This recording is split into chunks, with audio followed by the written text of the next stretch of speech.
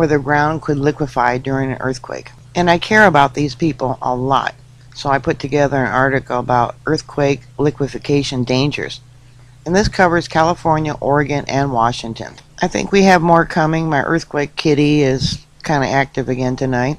Liquefaction happens when the shaking of an earthquake briefly loosens soil to behave like a liquid, or sometimes just when shaking pushes actual liquid water too close to the surface.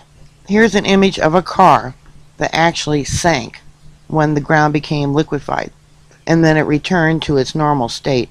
So it's kind of stuck there like cement. Most people tend to focus on the obvious effects of liquefaction following an earthquake.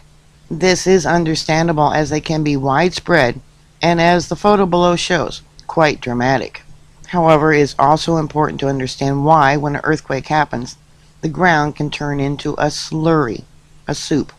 Of course, things will go back to normal when the shaking stops, but it's too late for whatever structure used to sit there. From one harrowing example, look at the marina after the 1989 Loma Prieta earthquake. In fact, Trembler points out that liquefaction may be part of the reason the building was tripped in the first place. A building of that size weighs hundreds of thousands of tons, and that's a lot to ask out of land that doesn't have much integrity of its own. And this is the building they're talking about, wood and stucco. This here is an image, part of an image, of a 3-mile wide mudslide that was caused by liquefaction during an earthquake. The ground was on top of the material that turned to mud underneath, and everything slid. So think of this as an area that recently had rains, and the water seeps down into the soil. The top may be dry, but underneath is still wet. And if you're on a hillside, guess what happens when an earthquake occurs? Of course, you don't have to worry about that as much if you fix your building to the bedrock 200 feet below, underneath even what used to be the ocean floor, which most often they don't do. Here's another example. A landslide from earthquake liquefaction of the ground underneath made this hill slide. Everyone should more likely recognize the 3 cows that were left standing as the land around them slid down. For liquefaction to occur, a certain level of ground shaking must be reached. This measurement, termed peak ground acceleration, PGA, is recorded as a percentage of gravitational acceleration, while triggering thresholds vary around the world. In Christchurch, the PGA, peak ground acceleration, of 10 to 20% was needed to cause liquefaction. To produce levels of shaking, earthquake magnitudes exceeding 5.2 were necessary. In the February 22nd, 2011 earthquake, the 6.3 earthquake, the peak ground acceleration readings reached 220%, the second highest ever recorded in the world. Here's a video from ABC News about 3 deadly earthquakes that struck within 3 days, and it talks about the dangers for the West Coast, how they're overdue for a major earthquake. Another landslide that was caused by liquefaction. Lateral spreading. The ground can slide down shallow slopes, often due to a non-liquefiable settlement layer resting on top of a liquefiable layer.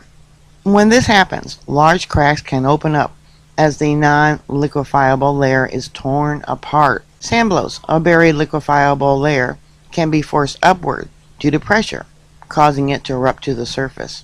This is an example. This was Christchurch.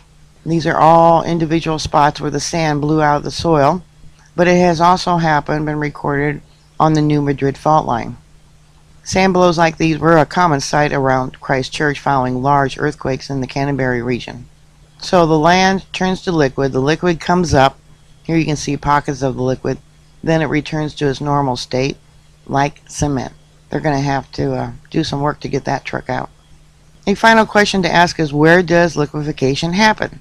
For sediment to liquefy, it needs to be saturated, loose, and granular. Some of the sediments that meet these criteria are man-made land, as well as sandy beaches and stream deposits. For sediments to be loose, they must be young, in a term that to geologists means less than 11,000 years old. While this age is not a requirement, younger sediments are more susceptible to experiencing liquefaction as they are less consolidated. Here's a good example. You can see that this pier right here sunk, and then the overpass collapsed. Experts can determine liquefaction susceptibility by analyzing the surface geology, geomorphology, and the depth to groundwater, which influence the likelihood that sediment will be saturated. This type of information is what is displayed in the Trembler liquefaction map. You might want to go there. It's a fascinating map. It covers the entire west coast of the United States. I'll go there in a minute. While most high-rise buildings in modern cities are symbols of prosperity, strength, and transformation, the Millennium Tower represents a headache. That's in San Francisco. You can probably hear my earthquake kitty in the background.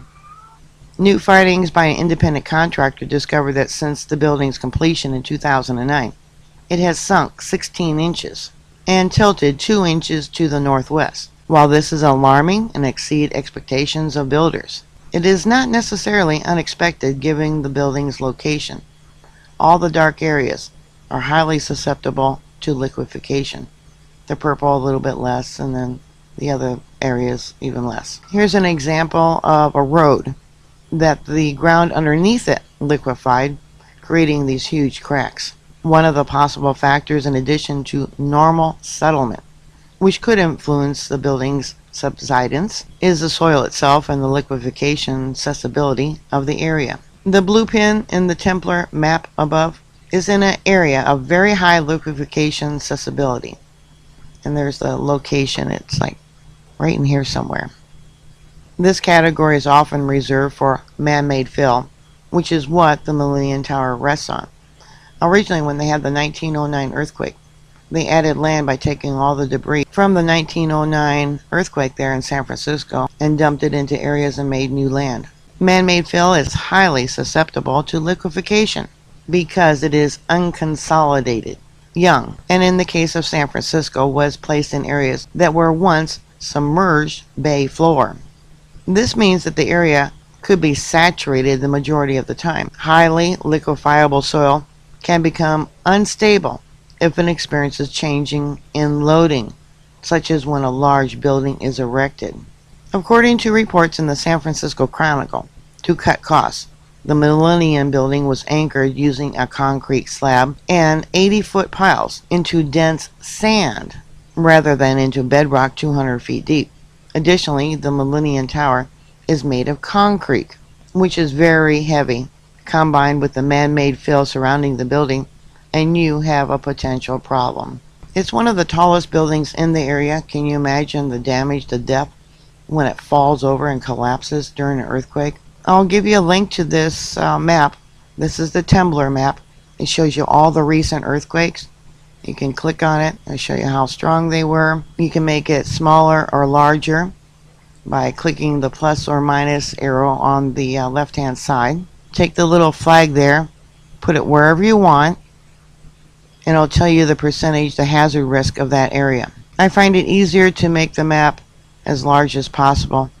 Move it down to an area that I want to look at, then make the map bigger. Using the hand tool, I'll move in, I'll zoom in a little bit better, place it where I want, and it'll show me the percentage of hazard risk. You can zoom in even closer where it shows actual street names. San Diego, you look like you're pretty good in most of the areas. Let's go to Long Beach. Move it to another area. Let's try Inglewood.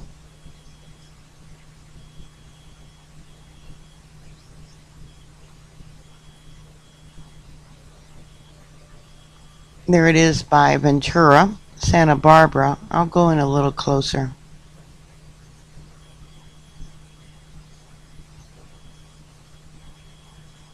Half Moon Bay, California. Pacific has been having a lot of earthquakes. These are all recent earthquakes. Look at that, 70%. San Mateo, Foster City. That's a lot of landfill. 64%.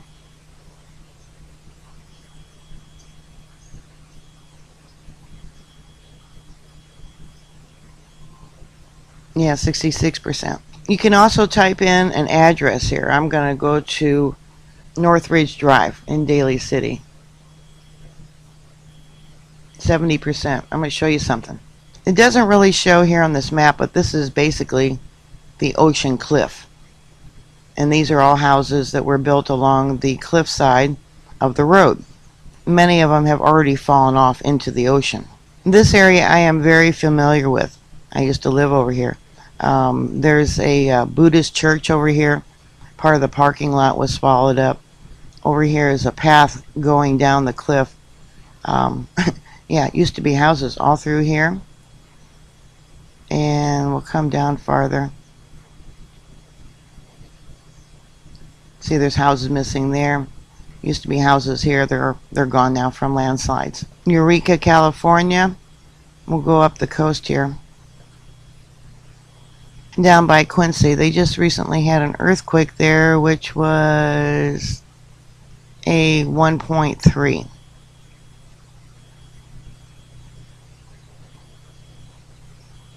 So I suggest you look at the map, look at where you work, maybe go to school, where you live, see what the earthquake risk is for liquefaction, not just the fault lines, which it also shows on the map. Here we have Seattle, Washington, and I'll zoom in.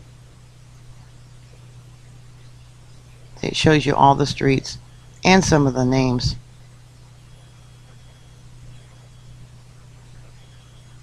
As I stated in my last video, a lot of people are just lulled to sleep, don't have a plan. So lulled to sleep they actually sleep through the earthquakes. But if you're not going to have a plan for your children, for your grandchildren. Think about them and their future. Thank you for watching, and you're free to share this video. Put your thoughts and comments down below. Bookmark my site. I'll keep you up to date. Please stay safe. Please be prepared. I care about all of you. And I'll